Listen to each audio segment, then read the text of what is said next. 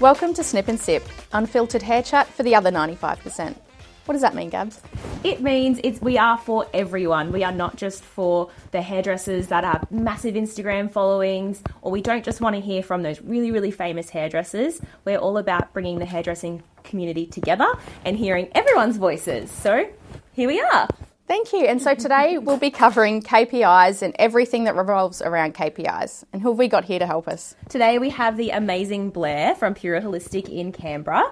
We've got Jade from Prive in Victoria, and we've got Emma from the Abbey Hill Collective in Albury-Wodonga. Hi guys, thank you. Hello. So today we're going to be talking, as Danny said, about KPIs and all things retail. First thing I wanted to ask you guys is, what have you negotiated before? What is your best ever negotiation that you've done? Who's going to start? Come on, Em.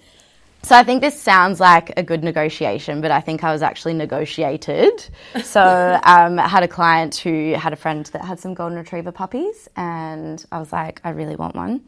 She said, you should get one. I was like, I can't afford a dog. She's like, I'll pay for it. You just take the money off my hair.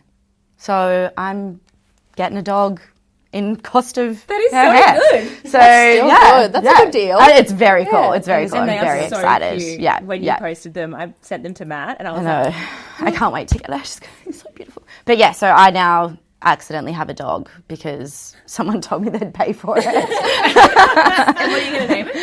Her name's going to be Abby. So she's going to be Abby from the Abbey Hill Collective. She's going to be a little salon doggo. Oh, that's so Yeah. cute. I love that. Yeah, very excited. What about you, Jade?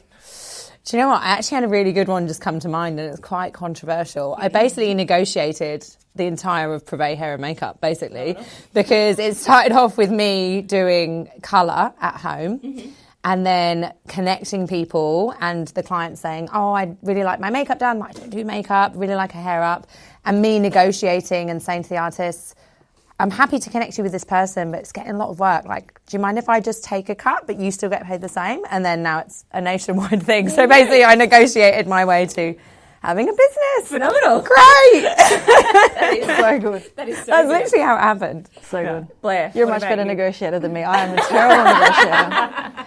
I'm the type of person that just is like, oh, okay, yeah, you just have that. Just 'cause. That's me. You know, I was thinking before how... Yeah, I literally walk, you see all the charity people that they're always out in front of the shops and all those kinds of things. And I feel so bad to say no to them, even though I give to lots of different charities. I want to give to everybody. So my strategy is I ring my husband every time and I just walk past so that I'm on the phone so I don't have to say no. It's terrible. They sometimes don't care though. Like, it's fun and hang up. Yeah. Oh, wait. Yeah, and when they hang up, you just stay on the line like, yep, oh, really? Wow. And it's just, there's no one there. They have a hard job. Until your phone starts ringing while you're like pretending to be on it. They do have a really hard job. Yeah. Fabulous, guys. Well, what we're going to be talking, as we said, about KPIs. And the first thing that I wanted to ask you guys as hairdressers is, why should we be selling retail to our clients? Or why should we be recommending things? Why? So many reasons. I always think of it like if you go to, say you went to a specialist of any kind, you went to the doctor and they say, this prescription for your health, or you went to, anything, like you'd go to a physio and you need to do specific exercises. Same thing, right? So but they come to us with their hair problems. I don't feel like we're actually selling it. We're just providing them with what they need. Absolutely. So that's how I kind of look at it, that, you don't go to other services and not get what you need to do at home or what you need to take home in order to keep progressing for whatever that is. I look at it like that. It's the same kind of thing. Yeah. 100%. It's like going to a skin clinic and then going home and using shower gel on your face, which I did do for the first 20 years of my life, by the way. And then I got older and they were like, you need to use, what are you doing? Yeah. So it's exactly the same thing. Yeah, just making sure that they're empowered and able to actually maintain and sustain what you create, because we're recommending the products that we use. So I think it's the right thing to do. It's the ethical thing to do, if anything. Yeah.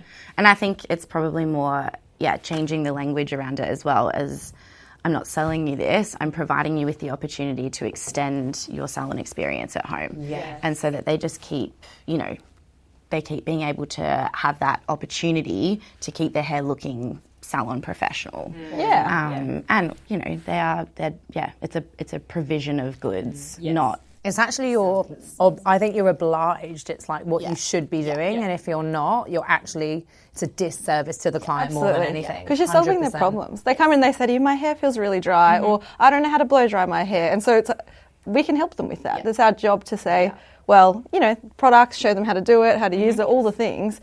So I don't really call it selling. It's just problem solving. Do you feel like staff feel that way too? Or do you feel like as business owners, that's your perception?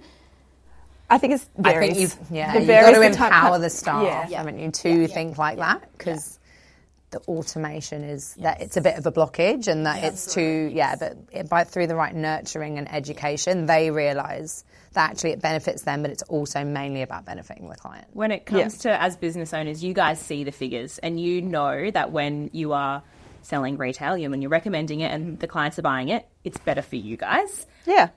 Is it actually, do you have the stats do you actually notice a really big impact on your margins when you are selling more retail? Oh, definitely. Yeah. I think any retail obviously makes a huge difference, but it can be the difference of thousands in the week or the fortnight, So from that perspective, yes, we do see that stuff. But I think it's more, just about encouraging people to add value to other people. Because when you start to care about people and add value to them and provide, answers to their questions or concerns or things like that, the retail kind of just does it by itself. That's how I look at it. Yeah. I don't know if it's the same. When it comes to rebooking your clients, I know you guys all kind of have different ways to do it, and you rebook on a monthly kind of way, or year in advance. No. I've completely stopped doing that. I'm only allowing my clients to book 4 months in advance. And again, that was one of the things for me why it has become so valuable to be my own boss, was because I got to start doing hair how I wanted to do it. And I think one of the burnout points is in January, when you've got people booking every 6 weeks for the whole year, and then all of a sudden you're like, oh, I really want to go on this trip for my birthday or something, and you're like, oh, but I've already got Danny booked in here and I can't move this. And so now I only have, most of my clients come in every 2, 4, 6, 8, 10, 12 weeks. So the clients that come in every 8 can book 2 ahead. The ones that come in every, up until 8 weeks can always have 2 appointments booked ahead. And the ones that come in less can have more. But the ones that come in every 10 to 12 weeks don't really need that next appointment booked in anyway, because they're not the regulars. They're happy to kind of wait an extra week or 2 if they can't get in. And so, for me, that's been game changing. The only people that there's a difference for is the people on my membership, because they get priority booking. So they get booked in for the whole year from my end, but I don't confirm their appointments until 4 months out. Okay, yeah. Sneaky. So the spots are in there. So if I've got someone in on a Wednesday and I'm like, oh, I want to take that Wednesday off, and it's 6 months ahead, I'll just be like, you can come in on Tuesday, or the week before or the week after or whatever, and you have that communication with them. But you know that those people have to get their hair done this week because they've paid their weekly, monthly fee. And I think it's been one of the best moves that I've done for my ability to have flexibility. Yeah. And even just saying to my friends, just as long as you give me 16 weeks notice, I can do anything. Jade, I know you have, I really love the way that you do it in your salon with your rebookings. Can you explain that a little bit? Yeah, so we try and do the complete opposite, because it's mainly not me obviously doing the hair, but we're like, you want to book 2 years in advance? Perfect, right, we'll take your details. But it's really about the journey we try and create, which I think is super important, because clients, if you get to the reception desk at the end and you're like, do you want to rebook? It's like, no, got to go and get in the car. Thanks for the hair, really happy. But in the consultation process, something that we really nurture is so this is what we're doing today. Have you ever considered this? Something that would be really nice is this. Let's do a quick hair and scalp analysis so we can look at maybe a detox scalp treatment next time. So just really solidifying the client as well. Now the team's bigger. I said to the team, it's your responsibility to claim the client. And the only way that you do that is by creating a future journey. So they're like, oh my God, this person is the only person that can do my hair. They've got the plan. They know what's going on. Yeah, exactly. And because there's a bit of healthy competition now. They're like, oh God, she's got my client. Yeah. So like really in the consultation process, and then when it gets to the reception desk, it's not like, hey, do you want to rebook? It's so that scalp treatment we spoke about. I've got this date. I'm going to leave you with Laura at the desk, and she can book that for you. And just getting in. I mean, we tried to talk about three future appointments, but the absolute non-negotiable is the next one. Yeah. Yeah. And what happens if they haven't rebooked? Look, we fire them. No, we don't. They're gone. No, if they don't rebook, like we're not pushy, right? Yeah. We're a holistic, like everyone here is really ethical business owners. We're here to like provide the client with a great experience and the staff. The way that I see it is if the client doesn't rebook, there was something missing in the journey or the consultation, or there's a chance that they just don't want to rebook. They're going away. Yeah, and that happens, but it's about the consistent overall percentage. Like if you're consistently rebooking at 40%, that's not the client and the variable. That's something that you're training and nurturing the team on wrong. If it varies from 80 to 67, you're doing okay. Yeah. So that's kind of your benchmark? Yeah, our goal is always 80, but we kind of sit at around 67 to 70. Yeah. I would always that's the overall salon though. Everyone's like always changing. I would get so angry in the salon. I would only have, by the end, was working 1 day a week. If I wasn't 100%, I would be calling out one client and be like, why aren't you booked in? I'm really hard to get into and you won't be able to get in. They're like, oh, I'm so sorry. I'm so sorry. I've actually moved overseas. But I'll still book in. I'll still book in. Yeah. And if I was not 100%, that was wrath for the whole day. Oh, bless. Well, I just knew that it was going to be hard. Yeah. Oh, yeah. And if they don't rebook it, then I'm not going to see you again. And it's the ones that don't rebook. They're like, what do you mean you don't have time for me? I'm like, I did ask you to rebook. Yeah, and I wanted to see them all. And so I was like, no, please do it. Yeah. What about you guys, Blair? Sort of a little bit similar to Jade, actually. I find, honesty is so important. So, truthfully, like with some stylists, me and others included, they actually won't get in for 3 months. They'll ring up and say, can I get an appointment with Blair? And like, yep, you can get in 3 months' time. They're like, what? So they kind of know that. But that's the conversation that, our sort of the same in the consultation process. We look at all those future things. And then we have that... it's not even asking, would you like to rebook? We sort of say, okay, so what we'll do is I'm like helping them solve the problem because you truly know that they will not get in with you for their appointment. So you say, I say, I'm going to get you booked in just so that you've got your spot because we do book out in advance. Going to make sure you're in there because we love to give our, our regulars first dibs kind of, not those exact words, kind of conversation.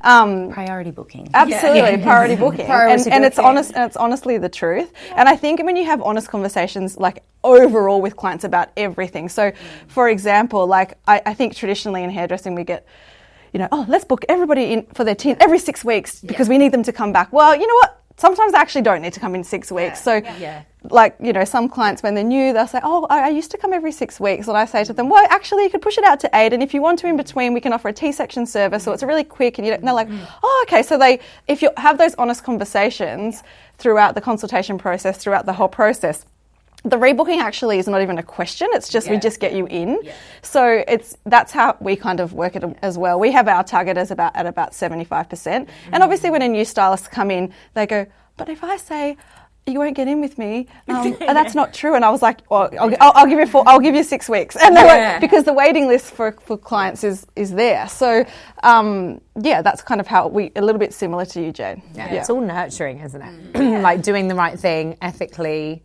I think by the staff, by everyone. If you're being honest, telling the truth, giving a great service and providing that nurturing and that journey, regardless of whether you've got space or not, they want to rebook with you because you're like, they care, this person cares, and I really want to be on the journey with them. Absolutely. And when we stopped we stopped opening on Saturdays, that made a difference as well because they really want their appointments. Everyone was up in arms. But it also helps, because I know, Emma, you said how, you love that flexibility of knowing. Mm-hmm. Like I kind of book out holidays in advance and a lot of the team do, and we're not booked some people will go ahead and book their whole year's worth of appointments with certain stylists, and others we're booked out a few months in advance, so it's easier to do that. But also because they have Saturday, Sunday, Monday off. If they want to go for the weekend, it's easier. So that kind of helped as well, for both staff and clients for the rebookings. I think, like for me as well, because I'm pretty much just a team of one. I've had a few like speckles of staff here and there, and obviously you guys have much bigger teams than me.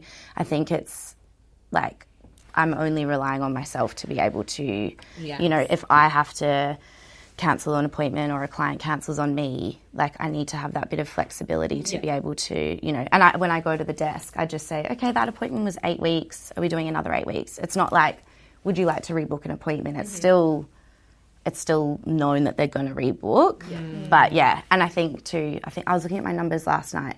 I think I had 86% rebookings, but like a 96 client retention. So, and I think that, especially in the last couple of years with COVID and everything like that, I also had like a knee injury.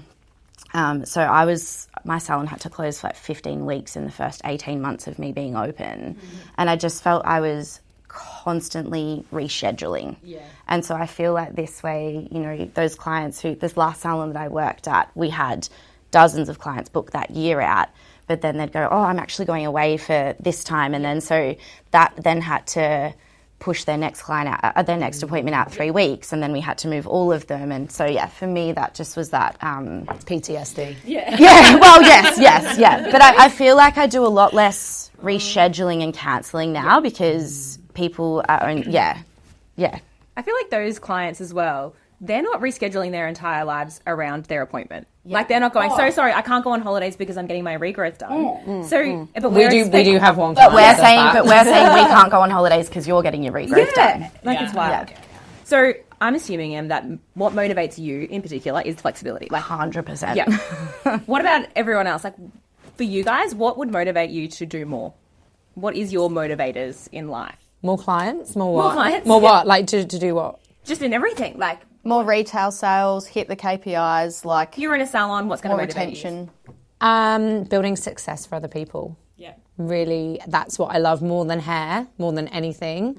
I think having the knowledge and experience that I've had, and I've kind of honed that experience and being able to pass it on to others and then say things like, oh my God, this is the most money I've ever earned in hairdressing. I go home and I'm like, yeah, that's so cool. And then you get the best staff, you have the best experience, which translates to an amazing client experience because they're like, everyone in here is so cool and really nice. And so for me, it's like the more that you can give them, the more they give you back. So if they're successful, I'm successful, everyone's happy. It's the biggest motivator, definitely.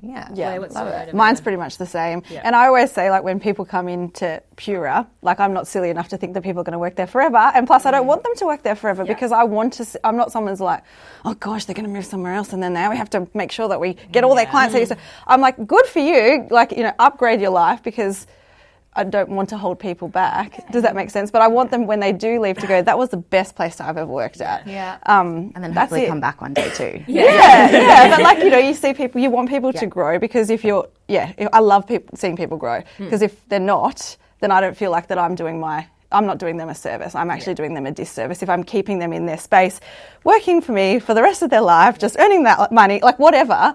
So I'm the same. I love to see them grow in all different ways. What do you think motivates the staff? First of all, you're in the right positions because you like growing other people. So it's nice to hear.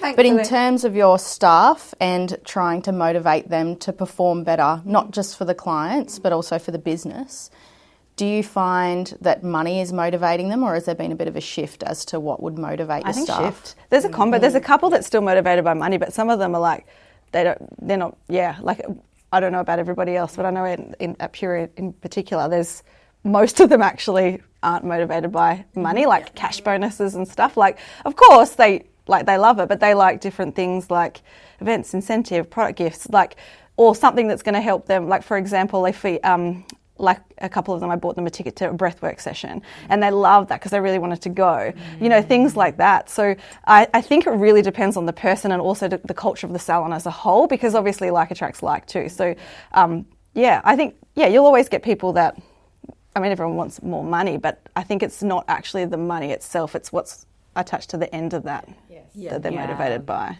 Yeah. Yeah, it's definitely like a culture thing. I think specifically our team, I feel like they are very money motivated, but that's definitely not it. Because if all the other elements weren't nurtured and touched on, then money just doesn't matter. It's just like, you know, but it's a combination of like the cultural team outings and having a drink together after work and, you know, knowing that there's always something planned. We do something once a month, whether it's just like a small dinner or a massive immersive like thing. And we pay for that, but they really appreciate it. Absolutely. And then they earn good money as well. And they know there's so much opportunity. So we talk a lot about the growth, and we do weekly one-to-ones to see how are you feeling, how was your week, where are you at? And then once every 6 months, we do like a bit of a career planning, almost coaching session as to like, where does this fit in with you? How can we support you to reach your goals? And some of them are like, yeah, I'm just really happy, and you know, they'll get a pay increase and then their prices will go up marginally, and that for them is like the best thing in the whole world. And others are like, you know, we're having a conversation at the moment, she's really wanting to potentially open a salon. And I was like, that's awesome, like, you know, tell me about that. But you know how hard it is to open a salon from the ground up, right? It's like, so we had a gentle conversation the other day, and we said, you know, something that could be on our scope would be opening another site. And so if that was something that you could potentially want to be involved with, if your motivation for this is management, empowerment, we'd be happy to support you with that. And she was like, I was like, yeah, like, why not? Yeah, why wouldn't we help you with that? It's great for us, it's great for you. And so, do you want to come to Albury? It's a bit of a long drive, babe. But I'll be there. You are. Do you think, Jade, with your team, I know your team, and I can imagine they do love the money bonus, but I reckon they'd be quite competitive with each other as well. Yeah. So they kind of almost like that recognition of like, you nailed it this week, or like, I made an extra however much this week. What did you guys make? And they love that recognition to be able to... Yeah, I think all staff, just everyone loves recognition. Yeah. I got a birthday card from the guys on Saturday. It was my birthday a couple of weeks before, but I was away. And it depends on your love language, right? What's your love language? What's your love? But like just saying, I've never felt so supported in a job. Thank you for being such an amazing boss. I was like in tears.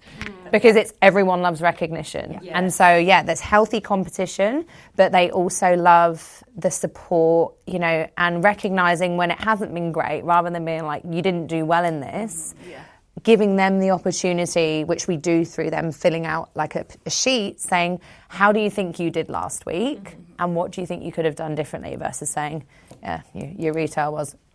last week. Like, we don't do that. We just let them talk, and then we empower them to give them options, support, training, whatever it might be that they need. Yeah. And so constant recognition is required, I think. Well, like, aside from money in life, if someone's not appreciating you and acknowledging you, then it's just a massive turn off. Yeah. Do you guys ever play like fun games in your salon for retail or KPIs? Do you do games? Fun games. I have only ever like been employed by one salon. I was there for 8 years, and it was definitely something that helped us. We'd have like a little tally sheet at the front desk, and there'd be a certain product that you'd have to sell. But it got a bit like war. It was exactly what they wanted. It was fun and it was motivational, and I think maybe that week I sold 21 of one product. Some bizarre product. Like a leave-in conditioner. And it was like war though. It was like, do we have enough stock to sell, you know? So yeah, I think I've been part of that, and I did enjoy it, but it also gave a lot of anxiety to a lot of staff that were maybe a bit quieter, a little bit more like, I'm not even going to try because Emma can sell ice to an Eskimo. Like, just that whole thing of like, this makes me feel a bit uncomfortable, and then they sort of wouldn't try. But I'm pretty much by myself for most of my journey in owning a salon. So I'm like, sometimes I'm like, if you sell, 5 of these shampoos, you can have a glass of rosé tonight. So yeah, but it's certainly something that I'm trying to do a little bit more of. My new apprentice is phenomenal. She's just had her own bakery for 10 years, and she was front of house at the bakery, and her husband's the baker. And so she's really great at that personality and that personable, and she's a massive consumer herself, so she's the kind of person that can be like, oh my God, I love this, I love this, and we go to the same place to get our eyebrows done, and the other day she was coming in after me, and I just, I paid for her eyebrow appointment. It was like $20-$30 or something from my end, but obviously, she's a mature age apprentice. I think just going back to what we're saying about what motivates you and stuff with the financial climate we're in, I think if you give someone $20, you might buy a coffee or whatever, but I think if you pay for their eyebrows, or they, you give them that experience this isn't towards petrol or whatever. It's like you can actually go and treat yourself in some level. I think that's a really nice way to look at things at the moment. I love it if it's in work hours as well. They're like, can I have an extended lunch break? Sure. The salons that I worked at, you can imagine, the games were pretty wild. Yeah. Did you make them? I was about to say, did you make them? Were you in charge of the Hunger Games? I was not in charge of the games, but one of them we had one time was, it was like a Monopoly money kind of thing, and everything had a dollar value. Every single thing in the salon had a dollar value. So it would be like, if you hit your KPIs for that day, you would get $5. If you didn't have a sick day for the entire month, you got $10. If you... I like this. I take notes. What else was there? There was... good attitude, and then you would just randomly get it too. So one day they'll be like, the person who sells the most product will get it $5. And so by the end of the month, you would have this massive wad of cash. It was Monopoly money. Yeah. And then we had an auction. And then at the auction, there was every single type of prize you can imagine. There was Segway tours around Brisbane. There was jewellery. There was everything. And then we bid for everything. So with all of our money, and we would bid. And that's super cool. Yeah, and then so some people would pull together and they'd be like, okay, so that Segway tour is for 2 people. So if we pull both of our money together, then we'll be able to do it. But what was great about it was for everyone. So as you were saying, some people get a little bit demotivated because they're not going to do it, or they only work 2 days a week. How could they possibly do it? However, this was for everything. Yeah. So it included rebooking, it included retail, it included sick days and getting to work on time, and you would get money taken off you too. So if you were late, you get money taken off you. Oh, that's why I'd be poor. And it's I've got negative money. So, the apprentices were able to get involved and everyone was able to do it. But another thing that we did once, and this is just a random one, is you'd have a $50 note and it would be in someone's pocket. And every time you would sell retail to someone, you would go steal that $50 note from whoever had it. And whoever had it at the end of the day got to keep it. So an apprentice could have won it because they just have to sell retail to that very last client and they can steal it from the senior. So you can be quite tactical with it as well. You're like, I'm just going to home in on the last minute. We've got 2 minutes to go. Truly, I'm just going to stall my client and take a little bit longer with their blow dry because I know they're going to buy that glossy nectar. And then another one we've done was just a holiday, and it was for the whole of December. Actually, there was 3 holidays up for grabs over 3 years. The first one was to Italy. I think there was a Bali and a Thailand. And it was a point system, that one. And this is when our salons, we had 30 staff. So there was a lot of... I'm like, you should treat yourself to Italy. I have to sell 1 glossy nectar. It was a point system that anyone could be involved in. So it was your own personal goals and your KPIs. So the casual person that was only working 2 days a week or whatever, they were still eligible if they still meet this criteria, because that's fair. They're working just as hard. And so, everyone was eligible. The apprentices, 1 year the apprentice won. She was a 3rd or 4th year apprentice. I bet she was so wrapped. Well, so by the end, there was 4 salons, right? And everyone had their, we were okay, you are our person. We can see that you're probably going to be win. And so then the salons got behind her. And so, it was New Year's Eve, and everyone's like, I'll come in and get my hair done by you. I'll buy retail. So everyone was just gunning for your one person. And then, so the 3rd year apprentice, I think, ended up winning. And she had a massive... And that's just nice. To even hear that's the kind of stuff that makes me excited about the industry. Yes. I think when I look back at our games that were the Hunger Games, it was stylist against stylist, and I think it really put us against each other rather than bringing and everyone I can't together. even remember what we won. Like, It wasn't do you know what I mean? Like, but I think something like that, it just really helps to like hone in that community and that supportiveness and the fact that we are here for the greater good of the industry. And I think I think back to 10 years ago and the thought of sitting with 3 of my competitors, that was what I would think. Whereas now I'm like, I get to sit with, 3 of my and I love it. That's really nice. Give me a tissue. Like, because I work by myself mostly, it's just really nice to hang out with some other hairdressers. So in the same breath of motivation, though, we obviously have to be able to sell in the first place. And considering you can sell ice to Eskimos, you're probably a good one to answer this. Yeah. Who do you feel like is the best person to train people on actually selling? I think it's really interesting what different people get and how they're taught as well. So, I think it's really important for like Gab to sit down and talk to me about OWAY and Sophic and all of those products because she knows them more than anyone. Yeah. And so then I think it's then up to us to play with them and work them out and what we love about them and, maybe change some of those scientific words into normal words and so that we can and client words and stuff like that. So I think if there's someone that's struggling with the confidence, say an apprentice, and they haven't used the products a lot, then I think it's up to the salon owner to make sure that there's some time, or the manager or whoever it is, to make sure that there's some time for that person to be able to like play with them, feel them, understand them, to then be able to talk to them confidently to the client.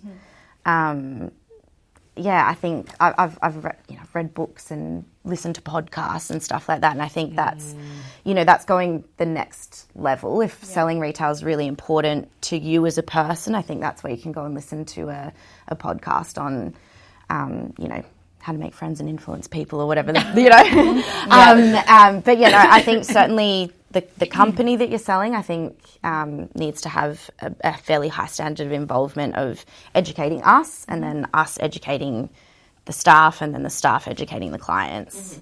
And do you think there's anything further to the education required from the staff? So do you feel like the education is all that they need to be able to sell the product, or do you think there's something else that they might need to be able to help them? I think so. I think that the sort of basic level of education is... You've got to believe in it as well. And that's what I mean. I think it's really important to not just be like, this is glossy nectar, it has, blah, blah, blah, blah, blah, blah, blah.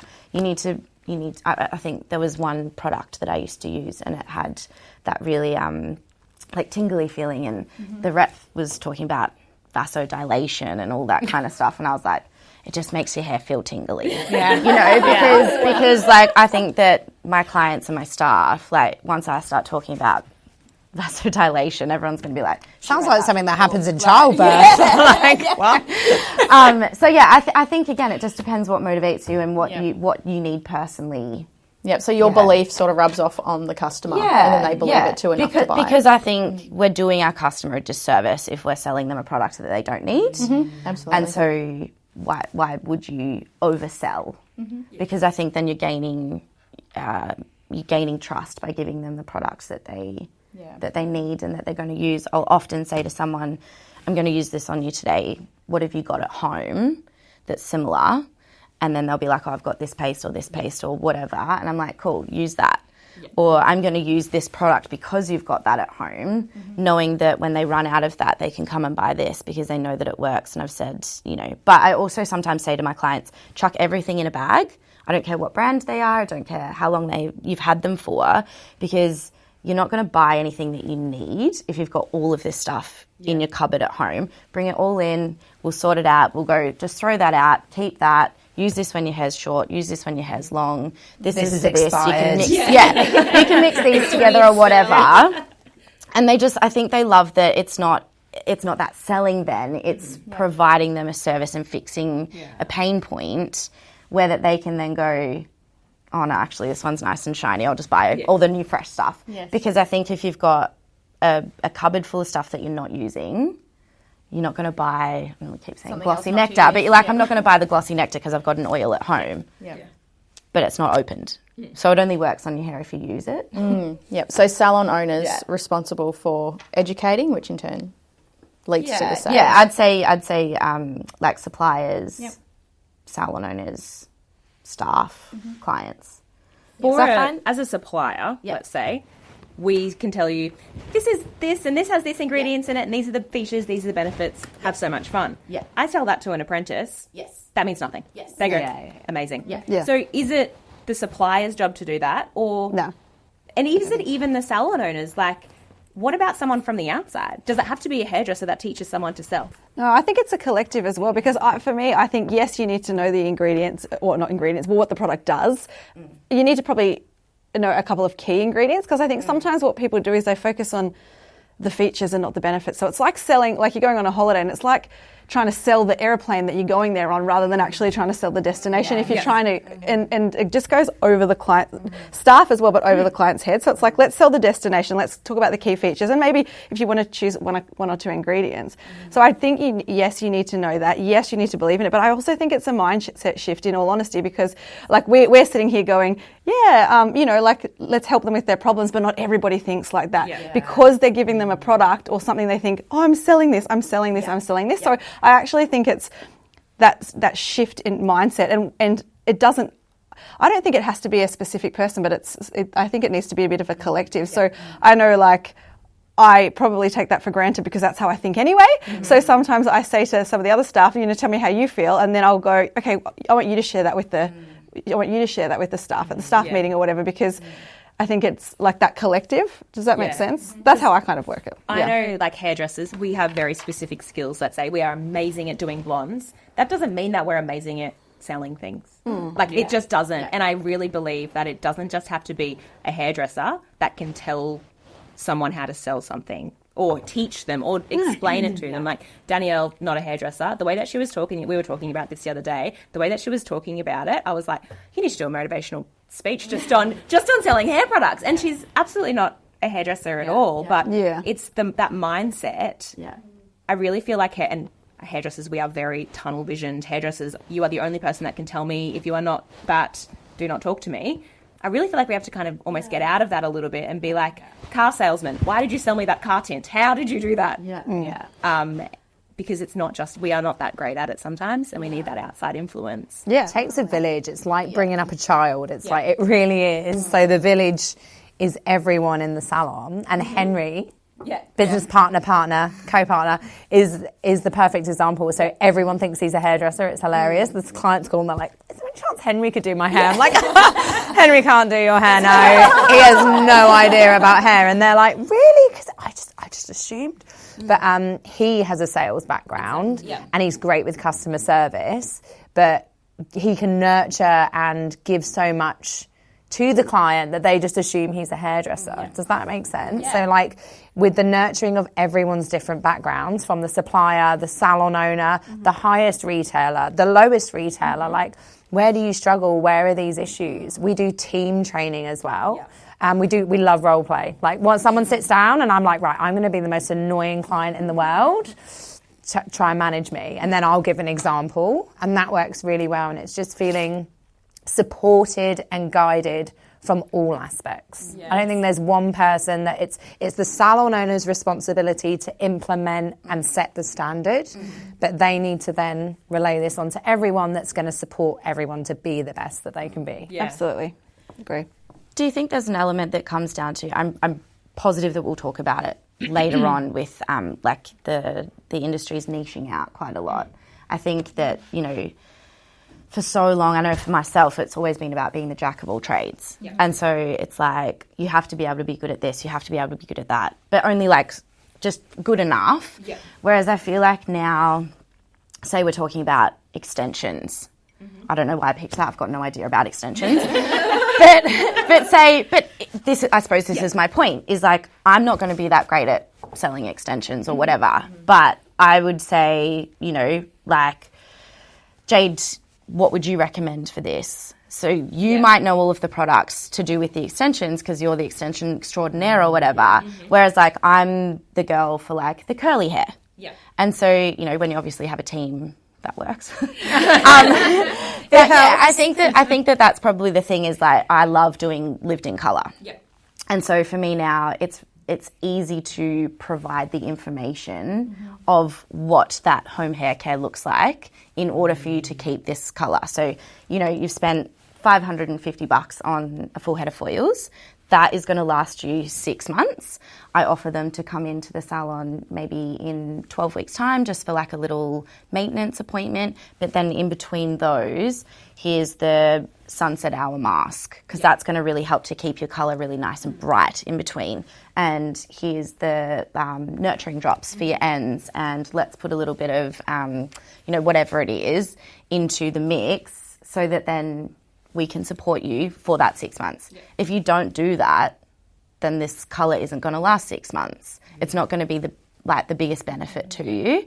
So I think like because we're starting to niche out a little bit more and each stylist has their own like vibe, if you're someone that works in lots of doing chemical straightenings and relaxers, you don't necessarily need to know too much about the curly hair products. Yeah. So I think that it's still, we only need to know what we need to know.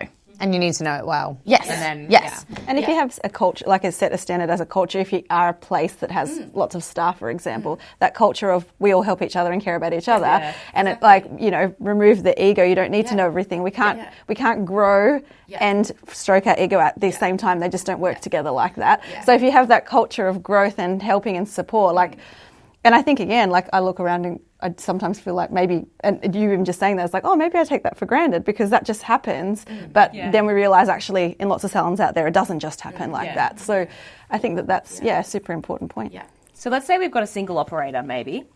Not you, because you're really good at selling, you're really good at recommending, you know a lot about retail. She's already sold me stuff. I'm sitting, I'm like, I see it, you believe in it. I love it. Can you just remind me of that product again? I'm going to get the sunset mask. Yeah, sign up for my membership. But we've got a single operator and they're just like, I'm not very good at selling retail. I'm not great at it. Or maybe they just don't believe in one brand enough. They're just like, I love bits about this. I love bits about this. I don't have room on my shelves to have everything. And I have seen on Instagram now, there was one girl in particular and she's like, I don't have any retail in my salon. Yeah. I have affiliate codes with lots of different online retailers and I just recommend my clients go buy that with my codes. Yeah. What do you guys think of that kind of model? I know in bigger salons it probably wouldn't work, but as an industry... I think it's the easiest case scenario. If you've only got yourself to worry about...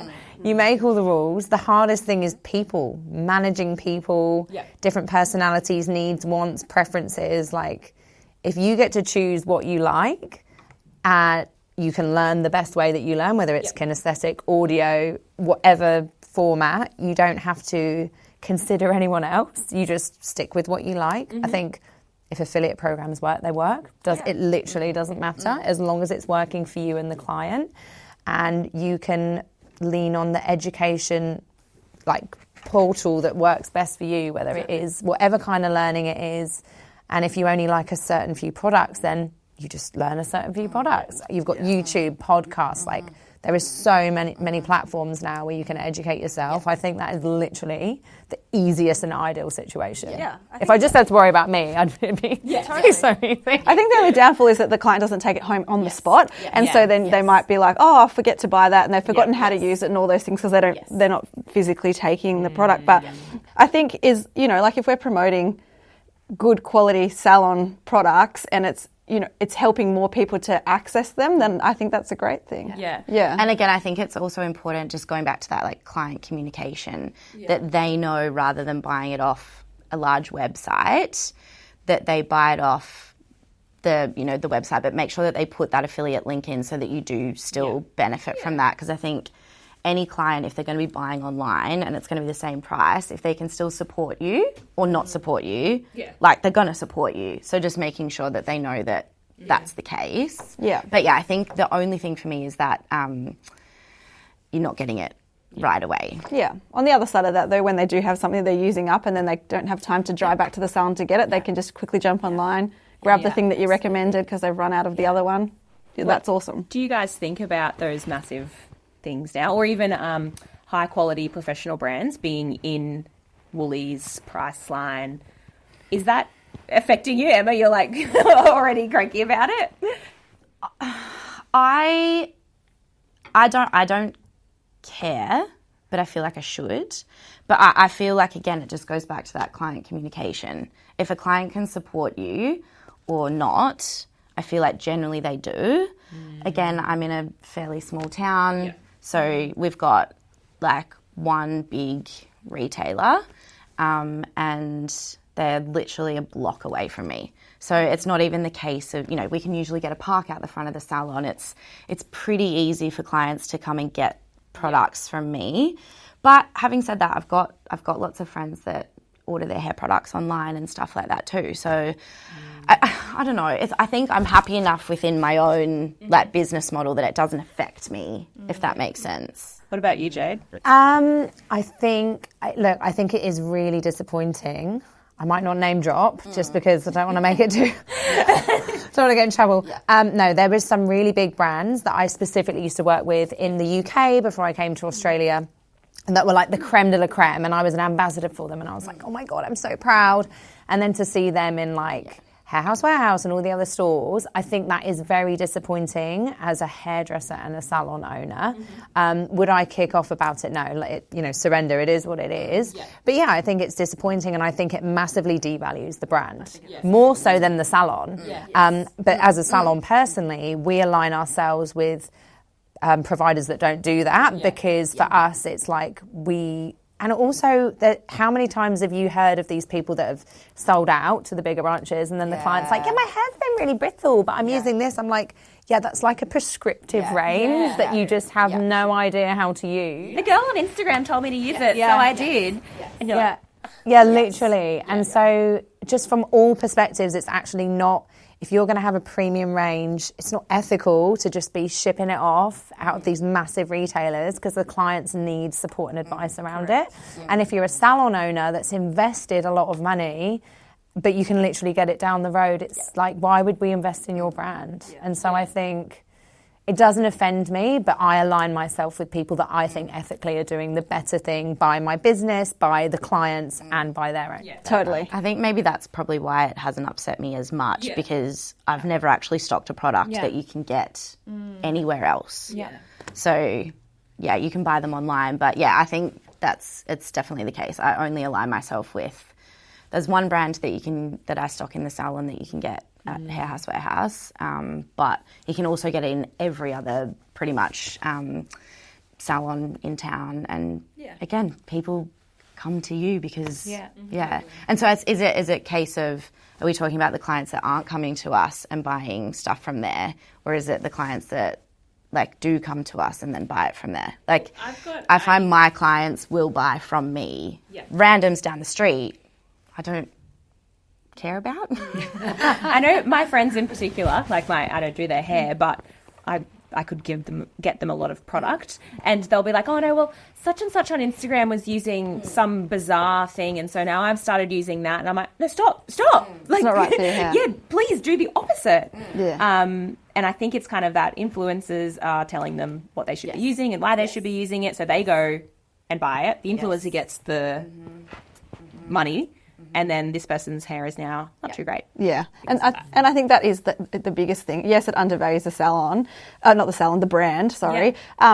It's also, for salon owners as well, like these big companies obviously can buy it cheaper because they're buying in such a big box, so they sell it cheaper, which means obviously then the salons are getting affected by that. But most of all, clients are using the wrong thing. And then they go, oh, it doesn't work for my hair. It's like that. And so then they don't like the brand, but it's not the brand. It's because they're not using the right product. And so there's a reason why, going back to what we discussed before, you go to a specialist and they prescribe something. There's a reason why things you can only get over the counter or by prescription. We're not going to the chemist and asking for antibiotics.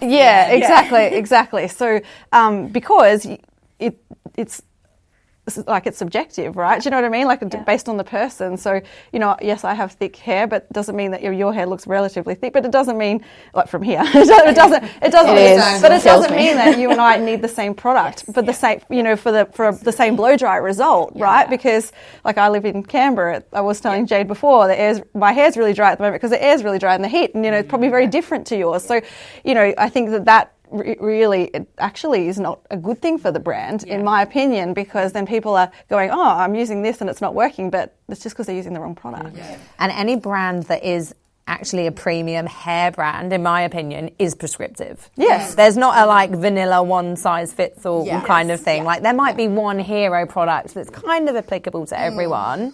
But across an entire range, everything is pretty prescriptive, depending on your hair texture, density, scalp health, like what you do with it, all the things. Yeah. So I think today we've covered a lot of topics. But really the most interesting thing, first of all, it's clear that you're in the right jobs because what motivates you is looking after your staff. And it's really interesting to hear the different games and ways to incentivise people as well. What we'll do is we'll put any links relating to the podcast on the Eco Salon Supplies website. So if you'd like to know more about any of the games or incentives or motivational things that can help your staff, please follow the links below. But that's it for today. So thanks for joining us, guys. Thank you so much for having us. It's been so fun. Thank you. Love it.